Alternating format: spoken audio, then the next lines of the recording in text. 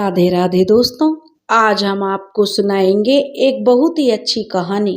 अगर आप हमारे चैनल पर नए हैं तो प्लीज़ हमारे चैनल को सब्सक्राइब करें, वीडियो को लाइक करें और शेयर करें। सीता सो रही थी, तभी उसकी ननंद उसे जगाने आई और जोर जोर से बोल रही थी, भाभी देखो ना माँ को क्या हो गया है, उठो ना भाभी, देखो माँ को क्या हो गया है। सीता अचानक से उठ गई और कहने लगी, क्या हुआ माँ को? सुबह तो ठीक थी, पर उसकी ननंद कहने लगी, भाभी माँ को अचानक से पेट में दर्द होने लगा है। सीता इतना सुनते ही दौड़कर माँ के पास पहुंची और देखा माँ दर्द से करहा रही थी। फिर उसने अपनी ननंद से पूछा कि माँ ने जरूर कुछ ऊट पटांग खाया होगा। तो उसकी ननंद जो नीशू ने कहा, हाँ माँ कल रात की बची हुई रोटी खाई थी। सीता कहने लगी, माँ जी को पेन किलर देने के बाद जो नीशू को डांटने लगी, नीशू तुमसे जानती हो ना माँ को बासी खाना ठीक से डाइजेस्ट नहीं होता है, फिर तुम उसे क्यों खाने देती हो? नीशू बोली, भाभी मैंने माँ को मना किया था, फिर भी माँ नहीं मानती, कहती है मेरी बहू इतनी मेहनत से कमाती है तो मैं खाना बर्बाद कैसे होने दूं। इतना सुनकर सीता की आंखों में आंसू आ गए। समीर के जाने के बाद सीता ने बहुत अच्छे से समीर की सारी जिम्मेदारियों को उठा रखा था, फिर भी कहीं ना कहीं कुछ कमी रह जाती थी। सीता के घर में उसकी ननंद नीसू, उसकी सासू माँ और उसका एक देवर शिवा रहता था। समीर के जाने के बाद सीता ने उन लोगों को समीर की कमी महसूस नहीं होने देने का वचन दिया था। समीर के जाने के बाद सीता बिल्कुल टूट गई थी, पर जब उसने रोते हुए माँ जी का चेहरा देखा तो उसे लगा कि समीर सबको मेरे हवाले ही तो छोड़कर गया है। अगर मैं ही टूट जाऊंगी तो सबको हिम्मत कौन देगा? सब तो टूट कर बिखर जाएगा, मेरा घर वीरान बन जाएगा। इसलिए उसने भी रोना छोड़कर हिम्मत से काम लिया था। जीवन साथी का खोना क्या होता है, कोई सीता से पूछे। वह समीर को दिलो जान से चाहती थी। अगर समीर मरने से कुछ दिन पहले ही बातों बातों में उसे अपने परिवार का ख्याल रखने के लिए नहीं बोला होता तो वह समीर के साथ इस दुनिया से चली जाती। समीर के जाने के बाद वह जी तो रही थी, पर उसमें खुशी जरा भी नहीं थी। किसी भी चीज में उसे जरा भी किसी भी चीज की इच्छा नहीं होती थी। बस समीर के भाई और बहन की लाइफ बनाना ही उसके जीवन का मकसद बन गया था। सीता एक पढ़ी लिखी लड़की थी, इसलिए समीर के ऑफिस में ही उसकी जॉब मिल गई थी। समीर के बॉस बहुत अच्छे स्वभाव के थे, इसलिए वह समीर की जगह सीता को नौकरी पर रख लिया। सीता भी बहुत मेहनत से काम में लग गई थी ताकि उसके पति देव का नाम खराब ना हो।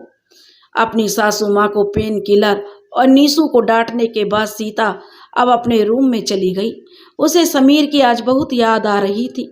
वह समीर के बारे में सोच ही रही थी कि उसके फोन पर कॉल आ गई। यह फोन उसकी बहन की थी। उसकी बहन बोली, दीदी मेरा एग्जाम का सेंटर तुम्हारे शहर में है, कुछ दिन के लिए मैं तुम्हारे पास आ जाऊं? तो सीता खुश होकर बोली, ठीक है आ जाओ, यह भी कोई पूछने की बात है, तुम्हारा जब भी मन करे तुम यहाँ आ जाओ। दूसरे दिन सीता ऑफिस जाने के लिए तैयार होने लगी और अपनी ननंद से बोली कि तुम माँ का ध्यान रखना, आज मेरी बहन आने वाली है, शाम तक आ जाएगी, अगर मेरे आने से पहले आ गई तो तुम अच्छे से उसका ख्याल रखना।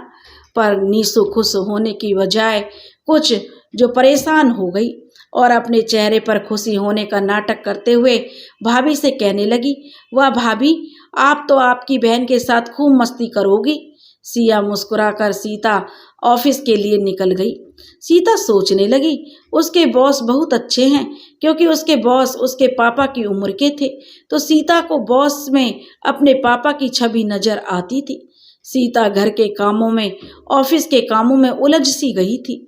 उसे अपने बारे में सोचने का समय नहीं मिलता था। उसके ऑफिस में सुमित नाम का एक लड़का था जो सीता को काम में काफी हेल्प करता था, पर सीता अपने काम से काम रखती थी, किसी से कोई मतलब नहीं रखती थी और सुमित से ज्यादा बात भी नहीं करती थी। सुमित चाहता था सीता उससे बात करे, उसके साथ घूमने जाए, पर शर्मीले स्वभाव के कारण सुमित सिया को कभी बोल नहीं पाता था। उस दिन सीता ऑफिस नीले रंग की साड़ी पहनकर गई थी, जो उस पर बहुत जच रही थी। जब सीता ऑफिस पहुंची तो सुमित उसे देखता रह गया।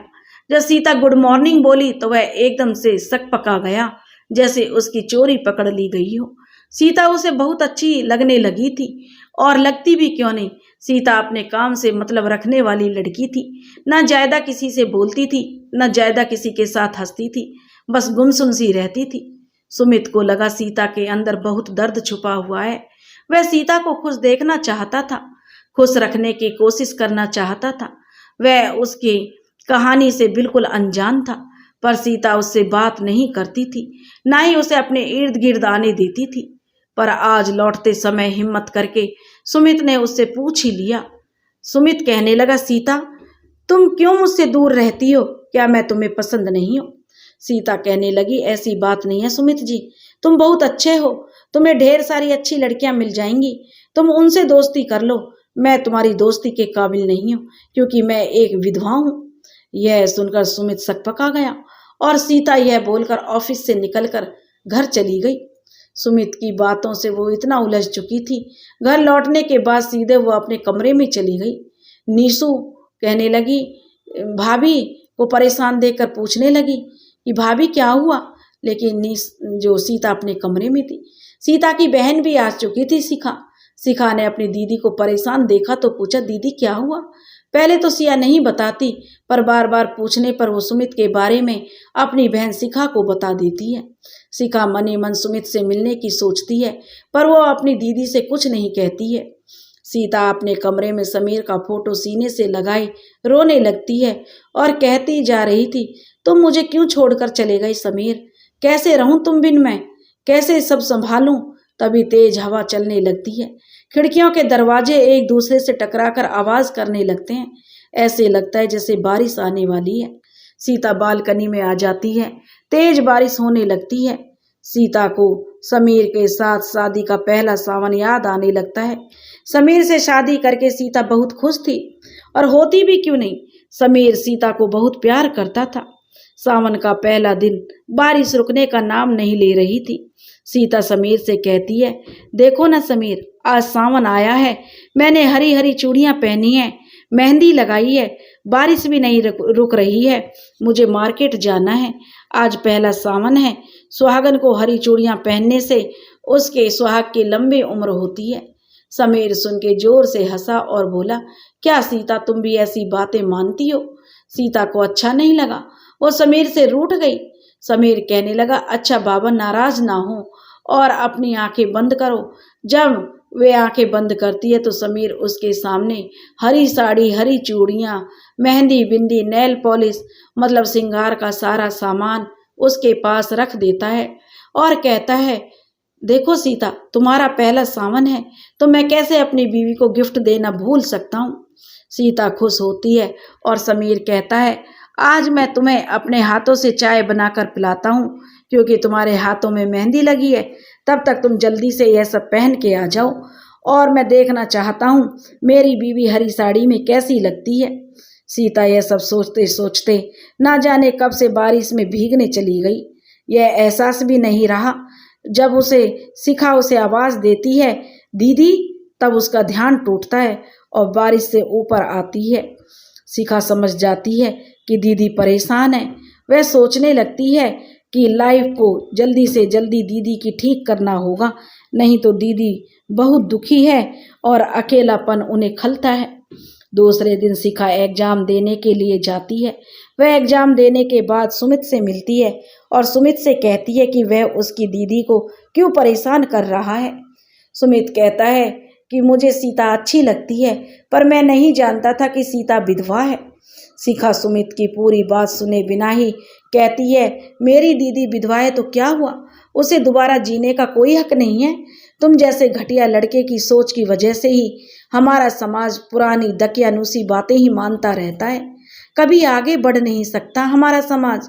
अगर मेरी दीदी विधवा नहीं होती तो तुम दीदी से करते ना शादी। अब सब सच्चाई तुम्हें पता चल गई है तो तुम पीछे हट रहे हो। बीच में रोकते हुए सुमित कहने लगा, अरे ओम, मेरी माँ, पहले मेरी बात तो सुनो। मैं सीता से शादी करने के लिए तैयार हूँ, पर सीता मुझसे प्यार नहीं करती। इतना कुछ सुनाने से पहले क्या तुमने अपनी दीदी से पूछने की कोशिश की है? शिखा कहने लगी, देखिए सुमित जी, तुम्हारे दिल में दीदी के लिए प्यार की घंटी बज गई तो दीदी के दिल में भी तुम्हारे प्यार की घंटी मैं बजा के रहूंगी। और फिर दोनों जोर से हंसने लगे। घर में 2-3 दिन रहने के बाद शिखा को पता चल जाता है उसकी सास, ननंद और देवर सीता से झूठा प्यार करते हैं। उसके साथ इसलिए सहानुभूति दिखाते हैं कि एक सीता ही है जो उनका ख्याल रख सकती है और पैसों की कमी नहीं होने देती।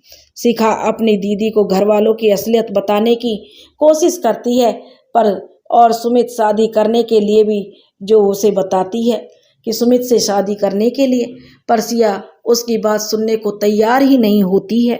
शिखा सोचने लगी, पर दीदी को कैसे मनाए।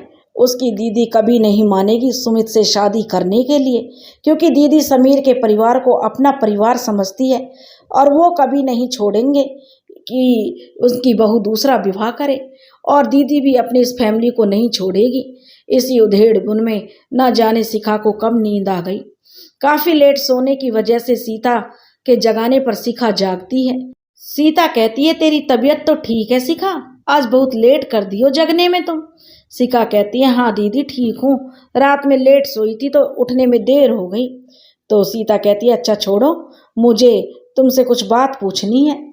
सीता कहती है, हाँ बोलो। शिखा कहती है, दीदी प्लीज आप बुरा तो नहीं मानेंगी, बस ऐसे ही पूछ रही हूँ। सीता बोली, पूछेगी भी या पहेलियां ही बुझाएगी। शिखा कहती है कि दीदी डांटना मत, मैं तो बस ऐसे ही आपको पूछ रही थी कि सुमित कैसा लगता है।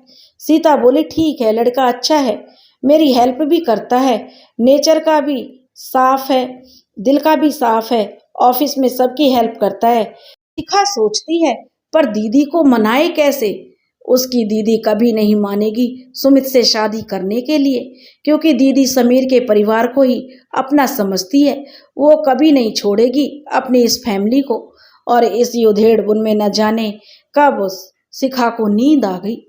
काफी लेट सोने की वजह से सीता ने शिखा को जगाया। सीता कहने लगी, तेरी तबीयत तो ठीक है ना शिखा, आज बहुत लेट कर दी जगने में। शिखा कहने लगी, हाँ दीदी ठीक हूँ, रात लेट सोई थी तो उठने में देर हो गई। तो सीता कहती है, अच्छा छोड़ो, चलो खड़ी हो जाओ। तो शिखा कहती है, दीदी मुझे आपसे एक बात करनी है। सीता कहने लगी, हाँ बोलो शिखा। शिखा कहती है, दीदी प्लीज आप बुरा तो नहीं मानेंगी, बस ऐसे ही मैं पूछ रही हूँ। सीता बोली, पूछेगी भी या पहेलियां बुझाएगी। शिखा बोली, डांटना मत, तो मैं बस ऐसे ही पूछ रही हूँ, आपको सुमित कैसा लगता है दीदी। सीता बोली, ठीक ठाक लड़का है, अच्छा है, सबकी मदद करता है। और शिखा मुस्कुराते हुए बोली, दीदी मैं पूछी कैसा लगता है, तुम तो उस पर निबंध ही लिखने लगी हो। सीता बोली, मारूंगी, मुझको तंग करती हो मुझे बोलकर। और वो भी मुस्कुरा दी। सीता अपनी दीदी को इतने दिन बाद मुस्कुराते देखकर शिखा को बहुत अच्छा लगा। शिखा मन ही मन सोचती है कि दीदी के घर वालों के बारे में भी दीदी से बात करेगी, पर अभी नहीं, कुछ सबूत मिल जाएंगे तब, ताकि वो मेरी बातों पर भरोसा कर सके। सीता सबको नाश्ता करा के नीसू को माँ के बारे में समझाकर ऑफिस के लिए निकल जाती है। तभी वहाँ बाइक से सुमित आ जाता है। सुमित को अचानक देखकर जो वह चौंक जाती है, क्योंकि वह एरिया तो सुमित का नहीं था। तब वह उससे पूछती है, अरे आप यहाँ। सुमित बोला, हाँ इधर कुछ काम था सो इधर आ गया। पर आप इधर? सीता कहती है, हाँ मेरा घर इधर ही है। क्या? वह कहने लगी, हाँ उस तरफ है। तो सुमित कहने लगा, तो घर पर नहीं बुलाएंगी? देख लो आपके घर में कौन कौन है, आपकी माँ जी से मिल भी लेते हैं। तो सीता बोली, हाँ हाँ क्यों नहीं, चलिए ना। सीता बोली तो सीता उसे घर ले आती है, सबसे मिलवाती है। शिखा तब तक चाय बना के लाती है, क्योंकि नीसू कॉलेज जाने के लिए तैयार हो चुकी थी। पर सुमित का घर आना जो सीता की सासू माँ को अच्छा नहीं लगता, यह बात सीता नोटिस कर लेती है। पर सुमित सबसे अच्छे से मिलता है। वह माँ जी को प्रणाम करते हुए कहता है, आंटी जी ना जाने क्यों मुझे आप में मेरी माँ नजर आती है। बचपन से अनाथ हूँ, जब आपको देखा तो माँ की याद आ गई। पर सीता की सास को ज्यादा खुशी नहीं लगी। यह देखकर सीता ज्यादा देर सुमित को अपने घर में रखना नहीं चाहती थी और ऑफिस पहुंचने में लेट हो जाएगा कहकर सुमित को चलने के लिए बोली। घर से निकलने के बाद सीता पैदल चलकर जाने लगी तो सुमित कहने लगा, मैडम जी अब इतना अजनबी कर दिए हो कि मेरे साथ बाइक से भी नहीं चलोगी। सीता कहने लगी, ऐसी बात नहीं है सुमित जी, सब देखेंगे तो तरह तरह की बातें बनाएंगे। सुमित कहने लगा, अरे लोगों का क्या है, उनका काम है कहना, चाहे आप अच्छा करो या बुरा, लोग तो कहेंगे ही। ऐसे भी लेट तो हो गई हो, जायदा आपकी बस भी निकल गई होगी, दूसरी बस के लिए इंतजार करना होगा और ऑफिस पहुंचने में आप लेट हो जाएंगी। पता है ना, बॉस आज जल्दी आने को कह रहे थे, इसलिए आपके पास मेरी साथ चलने के अलावा कोई और ऑप्शन नहीं है। कहकर सुमित बाइक रोक देता है और सीता को मजबूरी में बाइक पर बैठना होता है। यह देखकर आजू बाजू वाले लोग सीता को ऐसे देखने लगते हैं जैसे कि सीता कोई क्रिमिनल हो और किसी का कत्ल करके भाग रही हो। उसके उदास फेस को सुमित जो शीशे में देख लेता है और उसे हंसाने के लिए जोक सुनाता है। एक चोर जब किसी सेठ के घर चोरी करने जाता है, सीता जी सुन रही हो, तो वहां तो तिजोरी खोलने वो लगता है, पर तिजोरी खोलने से वो परेशान हो जाता है, पर तिजोरी नहीं खुलती। शोर सुनकर सेठ जी उठ जाते हैं। सेठ जी को बोलता है कि तिजोरी का पासवर्ड बता दो, नहीं तो तुम्हें मैं मार दूंगा। सेठ जी चोरते कहते हैं, तो मुझे मारो मत, मैं तुम्हें पासवर्ड देने के लिए जगा हूँ। यह सुनकर चोर खुश हो जाता है और बोलता, वाह तुम तो बड़े अच्छे हो। चोर जैसे ही तिजोरी का पासवर्ड दबाता है, चोरी का सामान निकालते निकालते पुलिस आ जाती है। पुलिस को यहाँ देखकर आश्चर्यचकित हो जाता है। सेठ कहता है, इस तिजोरी का पासवर्ड लगाते ही पुलिस को सूचना मिल जाती है और पुलिस थोड़ी देर में पहुंचकर चोर को पकड़ लेती है। चोर जाते जाते सेठ से कह देता है कि आज तो मेरा इंसानियत से भरोसा उठ गया, ऐसे कोई चोर पकड़वाता है क्या। यह सुनकर सीता खिलखिलाकर उठती है और सीता को खुश देखकर सुमित खुश हो जाता है। तब तक दोनों ऑफिस पहुंच जाते हैं। ऑफिस में दोनों को साथ आते देखकर वहाँ के स्टाफ और उनके सहकर्मियों को आज जो गपशप करने का मौका मिल गया था, यह सब भी तरह तरह की बातें करने लगते हैं। सब एक दूसरे से कानाफूसी करने लगते हैं। कोई कहता, पति के गुजरे 2 साल भी नहीं हुए अपना रंग दिखाने लग गई। कोई कहता है, पता नहीं सुमित जैसा स्मार्ट लड़का को इसमें क्या दिखता है जो इसके साथ। कोई कहता, अरे अरे नहीं, यह कोई जादू की होगी, देखने में तो सीधी लगती है पर अंदर से बहुत चालाक है, तभी तो सुमित को फंसा ली। सीता को यह सब सुनकर अच्छा नहीं लगा, पर वो कुछ भी नहीं बोली, बस सुनती रही और मन में सोचती है कि सुमित से दूर रहेगी। सुमित सीता को ऑफिस वाली बात फोन करके बता देता है। सीता अपने दीदी को फोन करती है। सीता घर के बारे में पूछकर अपने को बिजी बताकर फोन कट कर देती है। सुमित अपने काम में लग जाता है ताकि सीता को ना लगे कि इसके पीछे वह पड़ा हुआ है। वह अंदर से उसे सीता के लिए बहुत बुरा लगता है। वो सीता के साथ रहना चाहता है। जो ऐसी वैसी बातें सीता के बारे में बोल रहे थे, उनको मुंह तोड़ जवाब देना चाहता था। उसने ऐसा कौन सा पाप कर दिया जो आप इसको ऐसा सुना रहे हैं। सीता को अपनी पसंद की जिंदगी जीने का हक नहीं है क्या? पर वो मजबूर है। अगर वो ऐसा करता है तो सीता और दूर हो जाएगी। सीता को वो खोना नहीं चाहता बल्कि पाना चाहता है। वो सुमित जान गया था कि उसकी प्रेम कहानी आसान नहीं है। उसे बहुत सारी परीक्षाओं से गुजरना होगा, तभी सीता उसको मिल पाएगी। लंच ब्रेक में सुमित मोबाइल में दीप्ति को फोटो सबको दिखाते हुए कहता है, देखो हमारी दीप्ति तो कपड़ों में जैसे बॉयफ्रेंड बदलती है, इसलिए शायद सबको अपने जैसी समझती है। दीप्ति सुमित से कहती है, क्या मजाक है, मेरा फोटो तुम सबको दिखा के मुझे इस सरेआम नीचा नहीं दिखा सकते। ये मेरी लाइफ है, जैसे चाहूँ जीऊँ, तुम बोलने वाले कौन होते हो। सुमित कहता है, बिल्कुल सही कहा, मैं कोई नहीं होता दीप्ति जी, पर जैसे ये तुम्हारी जिंदगी है वैसे ही सबकी लाइफ होती है। तुमको भी हक नहीं है किसी की लाइफ में कुछ बोलने का। सीता कुछ नहीं बोलती है तो इसका मतलब यह नहीं कि तुम लोग उसे कुछ भी सुनाते रहो। तुम लोग पढ़े लिखे होके ऐसा भद्दा कमेंट करते हो, अच्छा नहीं लगता यार। सीता को भी हक है अपनी जिंदगी जीने का, अपने अनुसार चलने का। तुम लोग उसे जो प्रोत्साहित करो, सपोर्ट करने की बजाय उसका जो मनोबल गिरा रहे हो। एक दोस्त ऐसे होते हैं क्या? अगर दोस्ती ऐसे होंगे तो इंसान को अकेले रहने में ही अच्छा ही है। यह सब सुनकर दीप्ति को अपने किए पर शर्मिंदगी हुई और वो सुमित से माफ़ी मांगने लगी। सुमित कहने लगा, माफ़ किया, माफ़ी मांगने तो सीता से मांगो। ऑफिस में दीप्ति सबके सामने सीता से माफ़ी मांगती है और सबको कहती है, आज से सीता हम लोगों की दोस्त है। सीता भी थोड़ा मुस्कुरा देती है। वो समझ जाती है सुमित की वजह से ये सब हुआ है, पर वो सुमित को कुछ नहीं कहती है। ऑफिस टाइम ओवर होने के बाद जब सीता ऑफिस से निकलती है तो सुमित उसे बाइक पर बैठने को कहता है, पर वो इनकार करके आगे बढ़ने लगती है। सुमित उसके पीछे पीछे कहता, सीता ये क्या कर रही है, बैठ जाओ ना। तो सीता कहती है, ये क्या कर रहे हो सुमित जी आप? सुमित कहता है, कुछ नहीं, बस तुम्हारे पीछे पीछे चल रहा हूँ। सीता कहती है, सब देख रहे हैं। सुमित कहता, मुझे फर्क नहीं पड़ता। सीता कहती है, पर मुझे पड़ता है। सुमित बोला, तुम बैठोगी या मैं खुद का एक्सीडेंट करवा लूं? सीता गुस्से में कहती है, अच्छा अब तुम ब्लैकमेल भी करोगे? सुमित कहता, हाँ करूँगा, जब तक तुम मेरी दोस्त नहीं बन जाती। यह सुनकर सीता मुस्कुरा के उसकी बाइक पर बैठ जाती है। सुमित उसे पार्क में एक शांत सी जगह ले जाता है। सीता को वह जगह बहुत पसंद आती है और वहीं तालाब किनारे बैठ के दोनों बातें करने लगते हैं। सीता सुमित से कहती है, सुमित जी तुम आज अपने बारे में बताओ कुछ। क्या बताऊं अपने बारे में? सुमित कहने लगा, माँ बाप कभी चेहरा उनका देखा नहीं। अनाथालय मेरा घर है, वहाँ के लोग मेरे सगे साथी हैं। पढ़ने में तेज था तो वहाँ के बाबा ने पढ़ने बाहर भेज दिया, फिर जॉब मिली और तुमसे मुलाकात।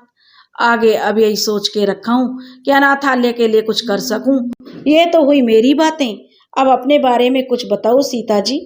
सीता कहने लगी, सुमित को कुछ बताने के लिए कहने ही वाली थी कि घर से उसकी बहन शिखा का फोन आ जाता है।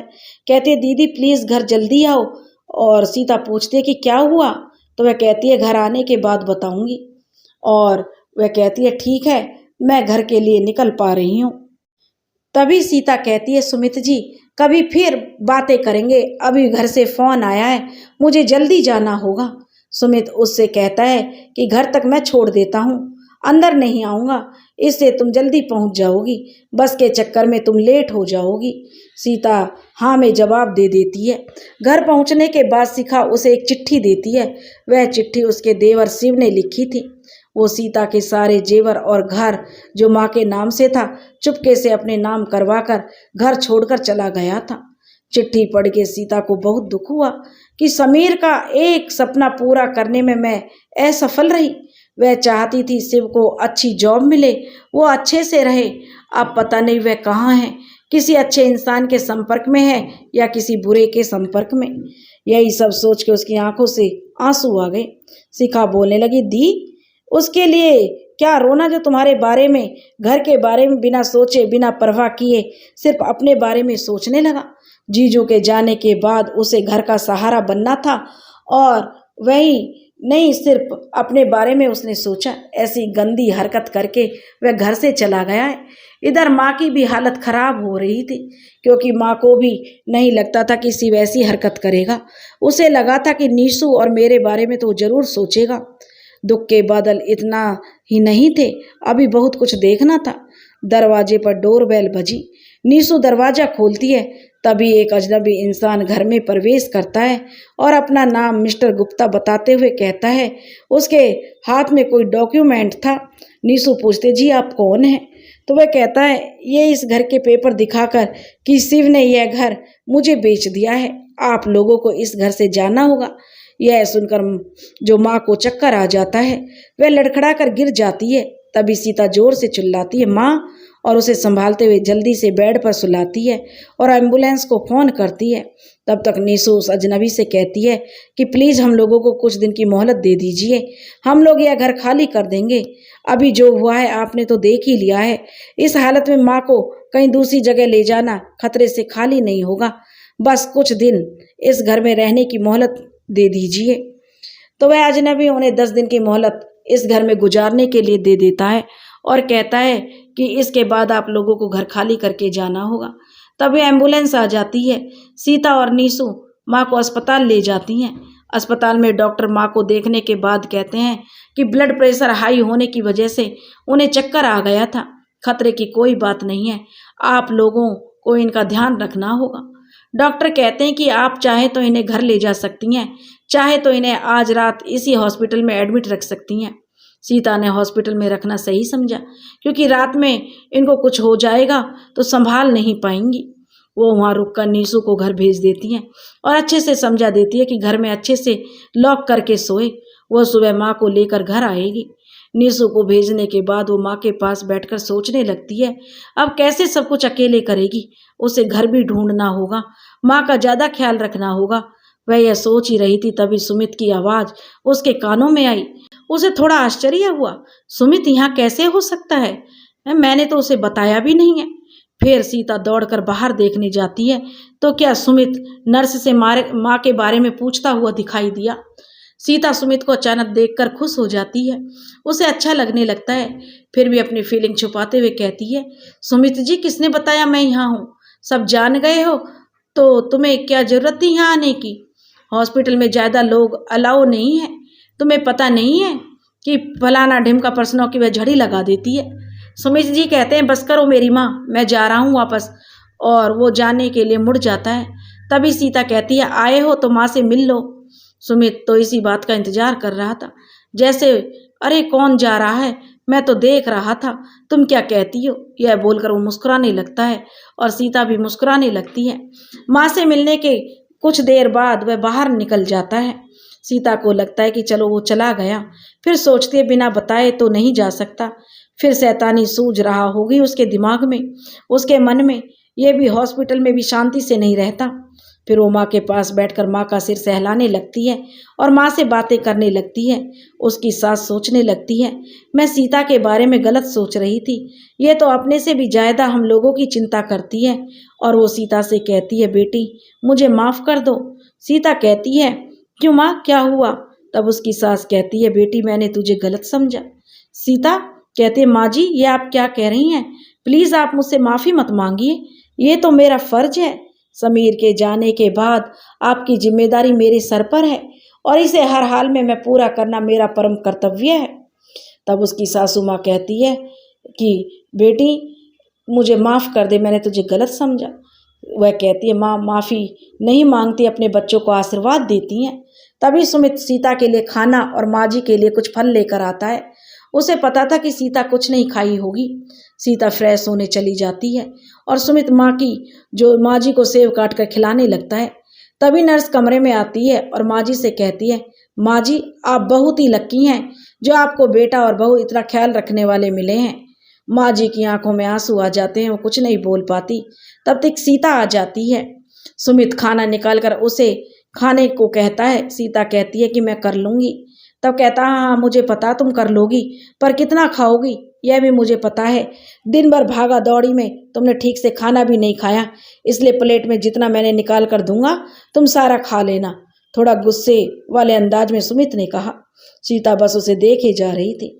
सुमित का यह अंदाज उसे बहुत पसंद आया। उसके दिल में अपनों के लिए फिक्र देखकर उसे बहुत अच्छा लगा। खाना खाने के बाद सीता बोली, सुमित जी अब तुम घर चले जाओ, तुम क्यों हम लोगों के लिए परेशान हो रहे हो? सुमित कहने लगा, कहाँ जाने वाला था? उसे तो सीता का साथ रहना बहुत अच्छा लग रहा था। वह बोला, तुम रहोगी जैसे वैसे ही मैं रह जाऊंगा। तुम अकेले कैसे संभालोगी? अगर रात में माँ जी को किसी चीज़ की जरूरत हुई तो तुम अकेले कहाँ कहाँ भागोगी? इसलिए मुझे भी रुकने दो। फिर दोबारा सीता मना नहीं कर पाई। सुबह सुमित चाय लेने के बाहर जाने लगा तो सीता भी उसके साथ जाने लगी। सीढ़ी पर उतरते टाइम सीता की चुन्नी सैंडल में फंस गई। अभी वो गिरने ही वाली थी कि तभी सुमित ने उसे बचा लिया। सुमित की बाहों में सीता डर से सीता की आंखें बंद हो गईं और वह एकटक उसे देख रहा था। सुमित के दिल में भी रोमांटिक गाने बजने लगा और तभी एक छोटी सी बच्ची ने कहा, वाह अंकल जी, आप तो हीरो के जैसे आंटी को गिरने से बचा लिए। बच्चे की आवाज़ सुनकर दोनों एक दूसरे से अलग हो गए। सुबह का मौसम, ठंडी ठंडी हवा चल रही थी। सीता को अपने खुले बाल संभालना सुमित को देखकर अच्छा लग रहा था। दोनों चाय की दुकान पर बैठकर चाय पी रहे थे। सीता ने एक हाथ में बिस्किट, दूसरे में चाय का गिलास पकड़ रखा था, जिसकी वजह से अपने चेहरे पर आए बालों को हटा नहीं पा रही थी। तभी सुमित ने अपने हाथों से उसके बालों को संवार दिया। चाय वाले भी देखे बिना बोले नहीं रह पाए और कह ही दिया, आप दोनों की जोड़ी बहुत प्यारी है, किसी की नज़र न लगे आप दोनों को। सीता कुछ नहीं कहती और उठकर माँ के लिए चाय लेकर ऊपर जाने लगती है और मन में सोच रही थी, यह गलत हो रहा है। मैं सुमित के साथ ऐसा कैसे सोच सकती हूँ? मैं सिर्फ अपने पति से प्यार करती हूँ। क्या वह इस दुनिया में नहीं है तो? उनकी यादें हैं, मैं उनके सहारे पूरी जिंदगी बिता लूंगी। यह सब सोचते हुए माँ के कमरे तक पहुंच जाती है। उनको घर ले जाने के लिए तैयार करती है। इतने में नीचे सुमित आ जाता है और कहता है, मैंने सारा बिल पे कर दिया, अब चलो माँ जी को घर ले चलते हैं। सीता को जोर का गुस्सा है। वो बोलती है, अब बस कीजिए, मुझे आपकी सहायता की जरूरत नहीं है, मैं खुद कर सकती हूँ यह सब। आप जाइए, मुझे मेरा हाल पर छोड़ दीजिए। आप अपना देखिए, मेरे पीछे आने की कोशिश मत कीजिए। आपने जो बिल चुकाया है लीजिए वो पैसे, मुझे आपके एहसान की जरूरत नहीं है। हॉस्पिटल का स्टाफ और माँ भी आश्चर्य से सीता को देखने लग जाती हैं। सीता ऐसे सुमित से क्यों बात कर रही है? सुमित कहता है, एक दोस्त के नाते मेरा कर्तव्य है कि मैं एक दोस्त की सहायता करूं। मैं सेल्फिश नहीं हूँ जो तुम्हें अकेले छोड़कर जो सब कुछ करने दूं। तो वह सीता कहती है, मुझे आपकी हेल्प की जरूरत नहीं है। सीता की बात पूरी होने से पहले ही उसकी सास कहती है, घर जाके बात करें, यहाँ सब देख रहे हैं। बच्चों की तरह तुम दोनों यहाँ भी लड़ रहे हो। मेरा इलाज करवाने आए हो या लड़ने? सीता चुप हो जाती है। सुमित माँ जी को पकड़कर नीचे उतारने लगता है और सामान लेकर सीता नीचे आने लगती है। घर पहुंचकर सुमित सीता की सास से कहता, माँ जी, मैं सीता से बहुत प्यार करता हूँ, इससे शादी करना चाहता हूँ। मेरा भी इस दुनिया में कोई नहीं है। आप लोगों को देखकर मुझे भी अपना परिवार की अभिलाषा मेरे मन में जगी है। तब सुमित को बोलते बोलते रुआंसा हो जाता है। सुमित कहता, मैं आप लोगों को अपना मानकर आप लोगों के साथ रहना चाहता हूँ। मैं जानता हूँ मैं समीर की जगह कभी नहीं ले पाऊंगा, पर मैं उसकी कमी आप लोगों को महसूस नहीं होने देना चाहता। मैं हाथ जोड़कर आपसे सीता का हाथ अपने हाथ में मांगना चाहता हूँ। उसकी सास कहती है, मेरे लिए तो यह खुशी की बात है बेटा, सीता का दोबारा घर बस जाए, मुझे तुम जैसा बेटे का सहारा मिल जाएगा। पर मैं अपना निर्णय सुनाने से पहले सीता की अनुमति लेना चाहती हूँ। अगर सीता इस रिश्ते से खुश है तो मुझे कोई ऐतराज नहीं है। तभी सीता कहती है, मुझे इस रिश्ते से ऐतराज है। मैं जैसी हूँ, इस हाल में हूँ, मैं खुश हूँ, मुझे किसी की जरूरत नहीं है, ना ही मुझे किसी के सहारे की। तभी शिखा उसे समझाती है और वे सुनने को तैयार ही नहीं होती है। तभी सुमित कहता, आखिर वजह क्या है तुम्हारे ऐतराज की? क्या मैं तुम्हें पसंद नहीं हूँ? अगर मैं तुम्हें पसंद नहीं हूँ तो तुम बोलो, मैं तुम्हारे रास्ते कभी नहीं आऊँगा। तो सीता कहती है, ऐसी बात नहीं है सुमित जी, तुम बहुत अच्छे लड़के हो, पर हमारा समाज हम दोनों के प्यार को गलत नज़रों से देखेगा। तुम्हें जिंदगी भर ताने सुनने को मिलेंगे कि तुमने एक विधवा से शादी की। अगर कोई लड़का लड़की प्यार करके शादी कर लेता है तो समाज उसे ताने देने से नहीं थकता। फिर हमारी तो बात बिल्कुल अलग है। एक विधवा को प्यार करने का इजाजत नहीं है, उसे दोबारा शादी करने का अधिकार नहीं है। मेरी जिंदगी में अकेलापन है और समीर की यादें हैं बस। पर मैं खुश हूँ, मैं बहुत खुश हूँ समीर की यादों के साथ। मुझे खुश होकर समीर की यादों के साथ जीना है। इससे ज़्यादा खुशियों के हकदार मैं नहीं हूँ, क्योंकि समीर के जाने से वो भी मुझसे रूठ गई हैं। तुम अपनी ज़िंदगी में आगे बढ़ो और मुझे भूल जाओ सुमित जी। मैं कल भी सबको लेकर इस शहर से दूर जा रही हूँ, क्योंकि अब घर तो बचा नहीं है और इस घर में मैं रह सकूँ। अब अच्छा यही होगा कि मैं यहाँ से दूसरे शहर चली जाऊँ और तुम भी अपनी ज़िंदगी में आराम से आगे बढ़ जाओ। हाँ, अगर कभी इस दोस्त की याद आए तो मिलने आ जाना। यह कहकर सीता अपने कमरे में जाकर रोने लगती है, क्योंकि सुमित से नज़रें मिलाने की हिम्मत नहीं होती है। सुमित रोते हुए उसके कमरे से निकल जाता है। सीता की बातें उसे याद आने लगती हैं। वो सीता से बहुत प्यार करने लगता है। सीता से दूर होना उसे बिल्कुल भी गवारा नहीं होता, पर करे तो क्या करे, जबरदस्ती शादी भी तो नहीं कर सकता, उसे अच्छा नहीं लगता। तभी उसे शिखा फोन करती है और कहती है, सच में आप दीदी से शादी करना चाहते हैं? तो सुमित कहता, अभी भी तुम्हें शक है? तो वह कहने लगा, मैं सीता से बहुत प्यार करता हूँ, उसके लिए मैं कुछ भी कर सकता हूँ। तब शिखा कहती है, पर दीदी समझे तब ना। मैं समझाने की कोशिश करूँगी, पर तुम अपना ख्याल रखना। तुम बहुत अपसेट लग रहे हो, मैंने तुम्हें कॉल किया है, ज़्यादा टेंशन मत लो। दूसरे दिन सीता जब ऑफिस जाती है तो बॉस को अपने रिज़ाइन के बारे में बताती है। बॉस जब कारण पूछते हैं तो उसे बताना पड़ता है कि उसके अपने देवर के बारे में, कि कैसे वो धोखे से घर बेच देगा और उसे घर में रहने के लिए बस 10 दिनों की मोहलत मिली है। तब उसका बॉस कहता है, सीता तुम दूसरे शहर में कैसे मैनेज करोगी, इसलिए तुम्हारा रिज़ाइन मैं एक्सेप्ट नहीं करता। सीता आश्चर्य से, सुमित दूसरे टाउन जा रहा है? तो बॉस कहते हैं हाँ 3-4 दिन में वह अपनी कंपनी की दूसरी ब्रांच में चला जाएगा। जो वहाँ था उसका ट्रांसफ़र हो गया है, तो किसी भी भरोसेमंद इंसान को वहाँ भेजना था। तो सुमित से ज़्यादा कोई भरोसेमंद नहीं है, उसे तो जाना ही पड़ेगा। बॉस की बात सुने बिना सीता केबिन से निकलकर सुमित से मिलने जाती है। तब तक सुमित वहाँ से निकल गया होता है। सुमित को फ़ोन लगाती तो फ़ोन भी नहीं लगता है। घर आने के बाद उसे कुछ अच्छा नहीं लग रहा था। उसे सुमित से बात करनी थी पर फ़ोन नहीं लग रहा था। उसे बहुत रोना भी आता है पर करे तो क्या करे।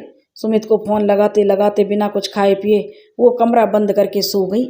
दूसरे दिन सवेरे जब वह घर से निकल जाती है और सोचते पहले सुमित से मिलेगी तभी ऑफिस जाएगी। सुमित के घर पर सुमित उसे नहीं मिला। कॉल लगाती तो कॉल भी नहीं लगता। उसे कुछ समझ नहीं आ रहा था, आखिर सुमित गया तो गया कहाँ और कॉल भी नहीं लग रही। दीप्ति से वह पूछती है तो दीप्ति भी सीता को से कहती है कि उसे नहीं मालूम। कल ऑफिस से निकलने के बाद हमारी सुमित से कोई बात नहीं हुई और आज ऑफिस भी नहीं आया। सीता को उसकी बहुत चिंता होने लगती है। ऑफिस जाने के बाद उसे काम में मन नहीं लगता। घर आने के बाद वो फिर कॉल करती है पर कॉल नहीं मिलती। वह परेशान होकर उसे घर से ढूंढने निकल पड़ती है।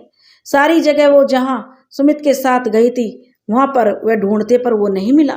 बॉस को फ़ोन करती है तो बॉस कहता सीता बोलो क्या बात है।